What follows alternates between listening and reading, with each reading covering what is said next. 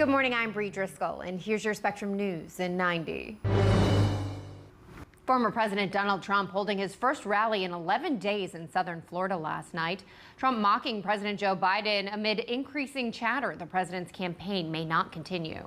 The radical left Democrat Party is divided in chaos and having a full-scale breakdown, all because they can't decide which of their candidates is more unfit to be president. Meanwhile, Biden meeting with NATO leaders, and top of the agenda is the war in Ukraine. The president kicking off the 75th anniversary summit by promising Ukraine additional air defenses. The announcement coming just days after a Russian attack destroyed a children's hospital in Ukraine, killing more than 40. My friends, it's good that we're stronger than ever, because this moment in history calls for our collective strength. Putin's war of aggression against Ukraine continues. And Putin wants nothing less than Ukraine's total subjugation, to end Ukraine's democracy. More than 161 million Americans are under heat alerts, and the temperatures aren't letting up. Officials saying at least 7 deaths in the West are suspected of having been caused by the hot weather. Those are your headlines. Now here's a look at your weather on the ones. I'm meteorologist Josh Linker, and we're tracking the remnant moisture from Beryl through the northeast and into southern Canada. And that's going to be the big rainmaker for today. Some strong thunderstorms are also possible across New York State and Pennsylvania as the remnant low pressure area lifts north, well to the north into Canada and eventually out into the North Atlantic. And behind that, we'll eventually see some drier air moving through.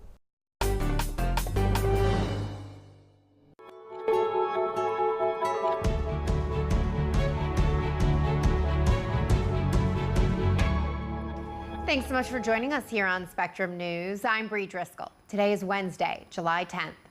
Our top story, former President Donald Trump holding a campaign rally in Florida last night, his first public event in 11 days. Trump reveling in the mounting pressure surrounding President Joe Biden's campaign and the concerns from members of Biden's own party about his age and ability to serve another 4 years. Our national political reporter, Taylor Popolars, was at the rally in Doral. Former President Trump did not use his rally here in Florida to announce his vice presidential running mate, but he did talk a lot about his recent debate with President Joe Biden and the backlash Biden is facing over his poor performance. Let's do another debate this week so that sleepy Joe Biden can prove to everyone all over the world that he has what it takes to be president. The truth is, it doesn't matter who they nominate, because we are going to beat any one of them in thundering landslide. God bless the U.S. Trump spoke to a crowd of several thousand gathered at his Doral Golf Club on a day where temperatures pushed 100 degrees. His first campaign event since June 28th included a pitch to conduct the largest deportation operation in American history, criticism of the criminal charges and convictions he's facing, and new attacks on Vice President Kamala Harris, who would be the likely Democratic replacement if Biden chose to leave the race. Florida Senator Marco Rubio, a potential Trump VP pick, used an appearance at the rally to go after Biden's acuity and how his team is handling it. The only conspiracy here are the people in the shadow government that are protecting and hiding from the American people the condition of our current president, and it puts our country in danger. Trump is set to hold a rally in the battleground state of Pennsylvania on Saturday before heading to Wisconsin for the Republican National Convention next week. Democrats here in Florida accuse Trump of wanting to be a king instead of a president. Reporting in Doral, Florida, Taylor Popolars, Spectrum News. World leaders gathering today in Washington for the 75th anniversary NATO summit. Last night, President Joe Biden delivering a speech welcoming alliance members as he seeks to shift the conversation away from his disastrous debate performance and towards winning a second term. Spectrum's national reporter Angie Gonzalez joins us now with more. Angie, how did Biden do with his speech?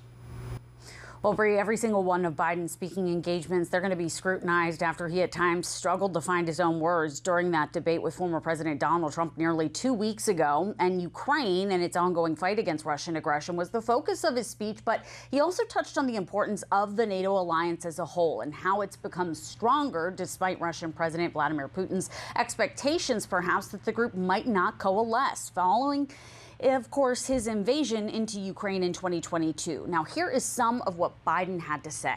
this remarkable progress, proof that our commitment is broad and deep, that we're ready, that we're willing, we're able to deter aggression and defend every inch of NATO territory across every domain.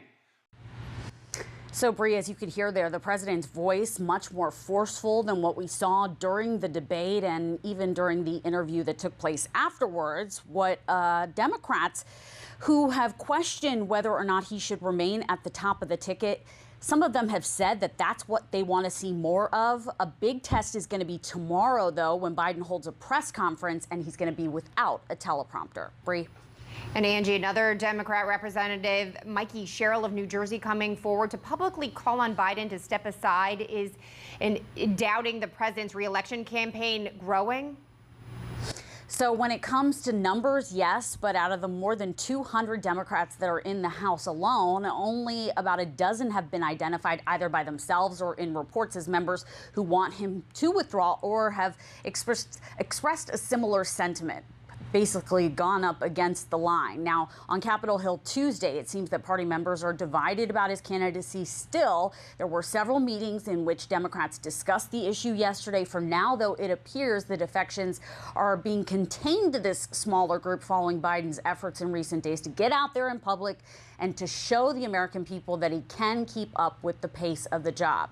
Now, we're going to have to see whether or not that holds as he does more public appearances in relation to NATO, and then he has campaign events to follow later in the week. Bree. All right, Angie Gonzalez, thank you very much. Indiana is feeling the impact of Hurricane Beryl as it pushes east across the country. Take a look at this. It's a video of a tornado that tore through Mount Vernon, Indiana. The storm caused severe damage to homes and buildings. National Weather Service issuing tornado watches for Indiana and surrounding states yesterday. More than 161 million people across the country were under heat alerts yesterday, and it's not letting up anytime soon. The National Park Service is warning Grand Canyon visitors to be ready for extreme temperatures. The park is under an excessive heat warning through Friday. Rangers say temperatures on the trails could hit more than 120 degrees, even in the shade. The Park Service says 3 hikers have died there recently, but it's not yet known if heat was the biggest factor in their deaths. Spectrum meteorologist Josh Linker joins us now. Josh, is there any relief coming from this extreme heat? Well, it's going to get a little bit better in a couple of days, but it's still going to be hot. We're talking about the desert western United States where it's normally very hot, but this is a little bit ridiculous. We have this big dome of high pressure overhead. You may recall a couple of weeks ago there was a heat dome over the eastern United States. Well, now it's over the west. And some of these temperatures are going to reach records again. Places like Las Vegas could be up around 115 to 120. That's only about 7 or 8 degrees above normal. It is normally very hot in these spots. Any relief from the heat will generally be found right along the coast out west with that Pacific air coming in. But these locations, it's going to sit here with this area of high pressure for another couple of days. Back to you. All right, meteorologist Josh Linker, thank you very much. Yeah. Pressure remains on President Joe Biden from fellow Democrats on whether or not he should continue in the presidential race. We'll discuss coming up in today's Political Buzz.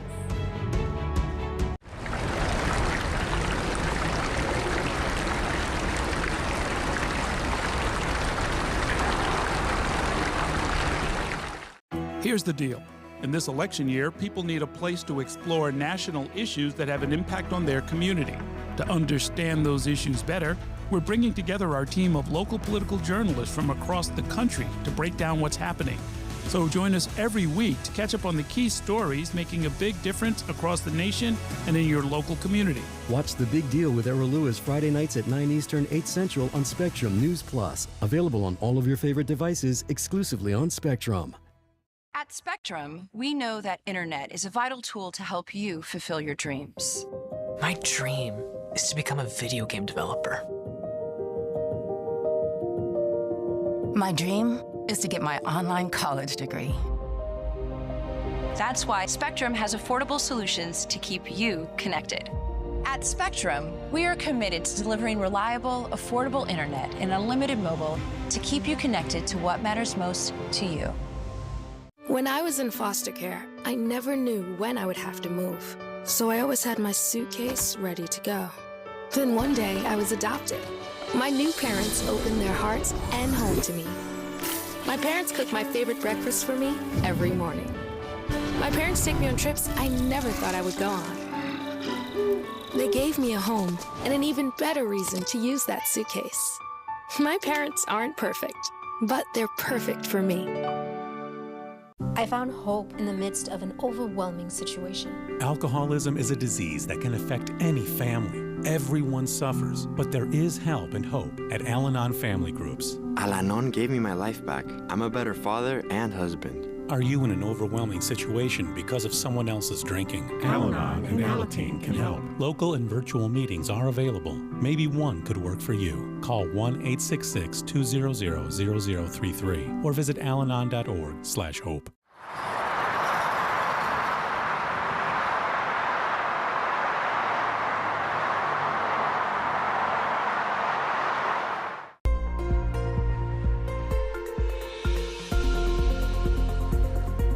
We are tracking the remnant moisture from Hurricane Beryl, now just a rainmaker with a few thunderstorms in the mix across portions of the Great Lakes, southern Canada, and into the Northeast. We have this dip in the jet stream here, basically becoming the storm track as it's picked this up. And there's been some moisture out ahead of it, and this has helped to produce or will produce some heavy showers and thunderstorms across portions of the northeastern states for today. Now we're looking at the 2-day rain forecast, but these numbers here across Michigan heading into the upstate of New York and New England, that's basically just today. And we're going to see some areas in the Adirondacks, perhaps 2 to 4 inches of rain.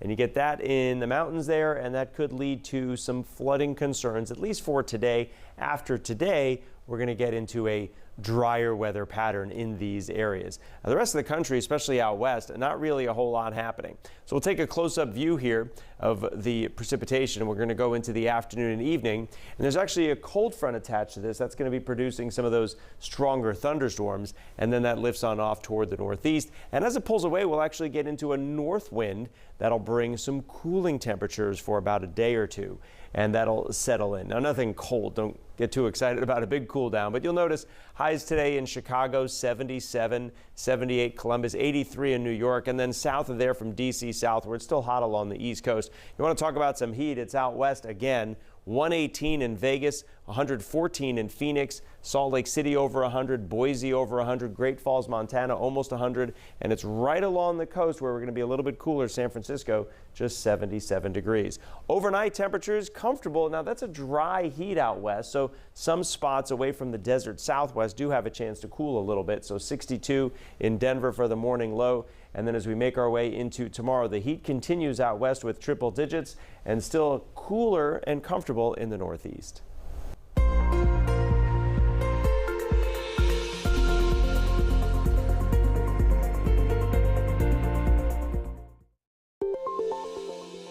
Well, if you're just joining us or heading out the door, here's a look at what you need to know. Former President Donald Trump holding his first rally in 11 days in southern Florida last night. Trump mocking President Joe Biden amid increasing chatter. The president's campaign may not continue. Meanwhile, Biden meeting with NATO leaders, and at the top of the agenda is the war in Ukraine. The president kicking off the 75th anniversary summit by promising Ukraine additional air defenses. And more than 161 million people across the country were under heat alerts yesterday, and it's not letting up. Officials saying at least 7 deaths in the western U.S. are suspected of having been caused by the extreme heat. And that's a look at what you need to know this morning. Work continuing in Texas this morning to restore power to millions after Beryl made landfall Monday as a Category 1 hurricane. The situation posing a dangerous scenario for residents amid triple-digit temperatures. Nearly 24 related deaths have been reported from the Caribbean islands to the U.S. Spectrum's Carla Reddit has the latest on urgent recovery efforts. I went outside to look for it, and I saw it. It was coming. Coming at him, a tornado, fueled by Beryl's powerful winds in Benton, Louisiana, Monday. It sounded like a train, like a big freight train was right on top of you. Beryl roared ashore into Texas Monday after a long and deadly trek through the Caribbean and Mexico in recent days. It happened like super fast as I was going downstairs to check on my son. That's when I heard the big crack. Haley Laredo's mother-in-law is among the multiple storm-related fatalities in Texas and Louisiana. Beryl's winds also causing widespread power outages, leaving millions of people across Texas sweltering in oppressive heat, according to poweroutage.us. The Houston area especially hard hit. We'll get your power on as quickly as possible. The city's mayor says thousands of additional power crews are mobilizing to bring customers relief, and several cooling centers in the state are now open. Meteorologists have the record-setting triple-digit heat wave continuing from Texas up through the western U.S. until week's end. They're also now tracking post-tropical cyclone Beryl toward the Midwest and Ohio Valley. Carla Redditt, Spectrum News.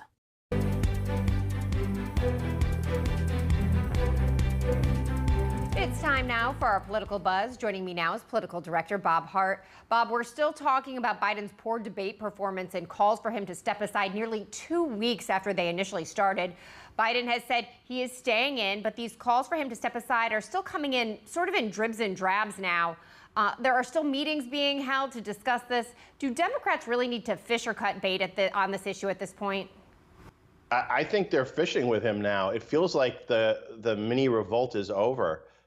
You had a New York Congressman, Jerry Nadler, who reportedly privately wanted Biden out and now publicly is saying he's good with him. So it feels that whatever public dissent or semi-public dissent we were seeing from Democratic officials is largely over. So because Biden says he's not going anywhere, that really sort of, I think it has ended, at least for now.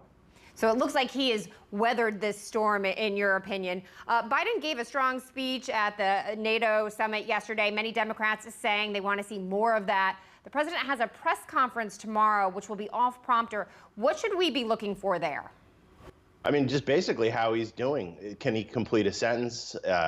Does he know his facts? I mean, this is sort of a low bar for him to jump over, but it was a bar he couldn't jump over at the debate. And I'd say that even his interview with George Stephanopoulos wasn't necessarily, I think, comforting for some Democratic voters. So this is going to be a real back and forth, a real tennis game with not one person like Donald Trump, but a bunch of reporters. So I think it's really going to be must-watch TV, not just for us in the political world, but for Americans as well. I think you're right there. It's a whole different ball game to watch a press conference like that, not scripted, not worked out ahead of time. Meanwhile, Trump held his first public event in 11 days yesterday. He's remained largely quiet since the debate and watched a lot of the criticism of Biden play out. But now he's back to mocking the president. What should we take this to mean? Well, I think it was probably smart politics to stay out of the way while the Biden fire was raging.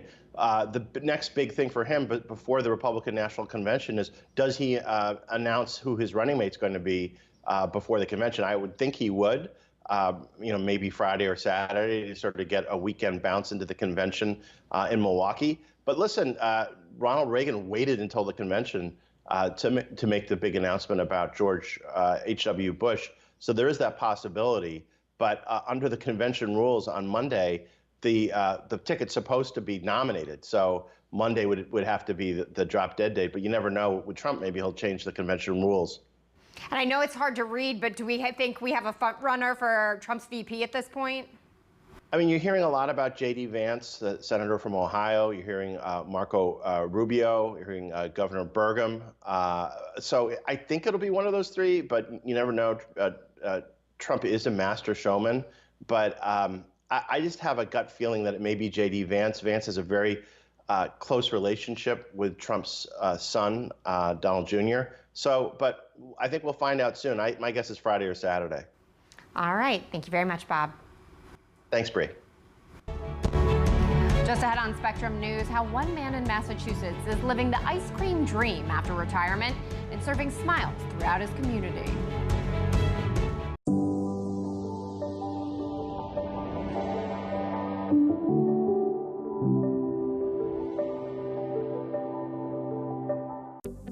Spectrum News Plus. News from a new perspective, dedicated to refreshing storytelling and empowering communities across the nation. With balanced reporting, providing real context and in-depth coverage 24 hours a day. Here's a look at your forecast across the country. Local stories, connecting communities. We are Spectrum News Plus. Streaming now on the Spectrum News app and free with your Spectrum subscription.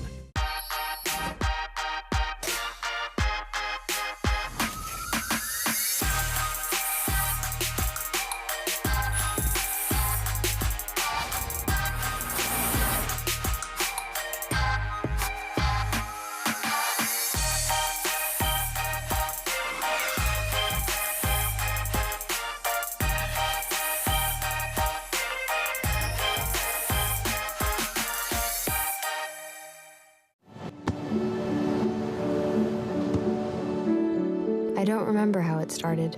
Go to that. Our back and forth. It always came back. Dad!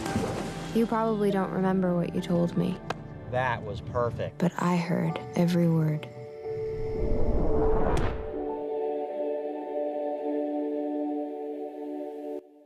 Hey, Bobo, do trees tell each other stories? I'm sorry. I'm afraid I don't know that. Hey, why don't we go find out? Listen. Do clouds take naps? I couldn't tell you. Dad, do stars visit their friends? Look!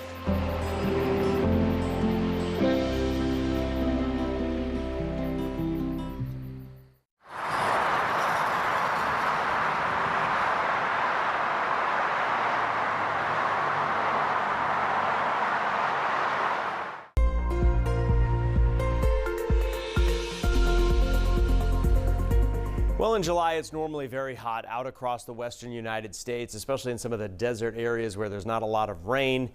But this is a little bit ridiculous. There are going to be some areas for a couple of days that will see record highs. And these are spots where the normal high in some cases is 100 to 110 degrees and will be hotter than that. Places like Las Vegas and Phoenix and of course Death Valley will be just sizzling. Death Valley could be up near 130 degrees during the next day or two. And the reason is we have this big dome of high pressure overhead, and that is just keeping things hot. And in these areas with the dry air in place, those numbers really skyrocket. So we'll look at the forecast highs today. Vegas 118, Phoenix 114, triple-digit heat up through Boise and Salt Lake City. Warm in the plains with some mid-90s, not terribly unusual. And if you want things cooler, it's in the Great Lakes in the Northeast. A lot of that because of some rain, but behind that system, some cooler air will settle in for a couple of days. And we do see some of that cooling with lows in the 60s as far south as portions of Tennessee, North Alabama, North Georgia, staying mild right along the East Coast. And those low temperatures where it's really hot, Vegas and Phoenix at 90. But remember, Boise was up to triple digits at 109 and an overnight low of 69 degrees. So that's quite a swing in those temperatures with that dry air. And then back up to 105 in Boise. Tomorrow, 118 in Vegas again. And staying cooler, more temperate all along the West Coast. And the Northeast, not so bad. Buffalo 77, New York City 85. But still kind of hot. D.C., Raleigh at 93, Atlanta also at 93 degrees. There's a good chance that we're going to be looking at above normal temperatures across much of the country as we go into the July 16th to July 20th. But looking longer range, we may see a little bit of a cool down trying to come into the Great Lakes and the Northeast. As far as precipitation goes with this pattern, it is very dry out across the western United States. It's the east. We're tracking the remnant moisture from what once was Hurricane Beryl has now made its way through the Northeast, where some heavy rain is expected during the day today. But then after that system passes by, much of the country will be relatively quiet. There will be some heavy showers, typical summertime storms across portions of the southeast, and then another bout of rain will be lifting up the East Coast on Friday and into Friday night. But generally, there are not a lot of weather systems, and the big story will simply just remain the heat in the western United States.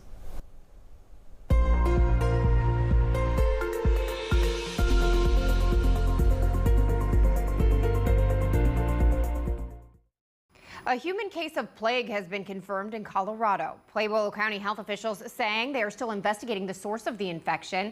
Plague is an infectious disease transmitted by fleas. It's best known as being the source of the Black Death that killed millions of people in the Middle Ages. It rarely infects humans now. The CDC says plague can be treated successfully with antibiotics, but the infection must be treated quickly to avoid complications or death.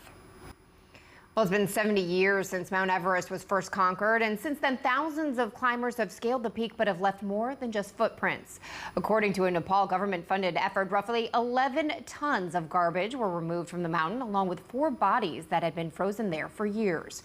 The team believes there could be an estimated 40 to 50 tons of garbage remaining at the final camp. That's the last stop before climbers head to the summit of the mountain.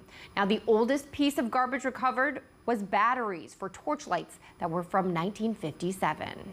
On a hot summer day, nothing is better than the sound of the ice cream truck driving through your neighborhood. Our Devin Bates introduces us to a Massachusetts driver bringing sweet treats to the streets. Tony Martins has patrolled the streets of Central Mass for Juniper Farms ice cream for 5 years, and even though the work can be tedious on a hot day like this, you won't hear any complaints from him. He's living the dream. For 50 years, I've always said when I retire, I want to drive an ice cream truck. You can't find a happier thing on earth to do. Everybody's happy to see you, you know, and so I retired. Actually, my younger son got a job driving the ice cream truck before me. And I says, holy cow, how did that happen? My dream job, and he gets it, right? His truck doesn't have air conditioning, and he can't keep the freezer open for too long or all his ice cream sandwiches will turn into ice cream soup. But Martin says the window is his AC, and on a hot day where so many people want to enjoy the water at Wallem Lake Beach in Douglas, there's no need to spend all day on the hot pavement. He's got plenty of customers close by. People don't want to come out when it's really, really hot. They want to stay inside where it's cooler, the air conditioning and so forth. And this is a beautiful spot. Wallem Lake, I mean, this is a great spot here. The trees, the shade, breeze coming off the water. It's great. Great day great way to spend the day. Tony's love for the job comes down to the pride he takes in making people's day a little better. And a sign by his open window reads, "Be the reason someone smiles today." Ensuring he can do that also means making sure their favorite ice cream is in stock. SpongeBob, #1. Good old SpongeBob. That's the only stress I have during the day. Am I going to run out of SpongeBob today?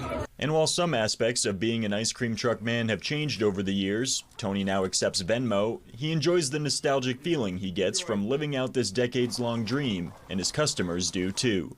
I can't tell you in the course of the day how many people say, reminds me of when I was a kid, reminds me when I was a kid. And it does, you know, when we were kids, the ice cream man would come around playing the music. And here I am doing the same thing, you know, 50 years later. It's great. Tony says if you see an ice cream truck this summer, go out and give them a wave. They'll be around just like they've always been. Devin Bates, Spectrum News. Still driving down those rocky roads. I'm Bree Driscoll. Thanks so much for watching. Your Spectrum News in 90 is coming up right after this short break. Stay with us.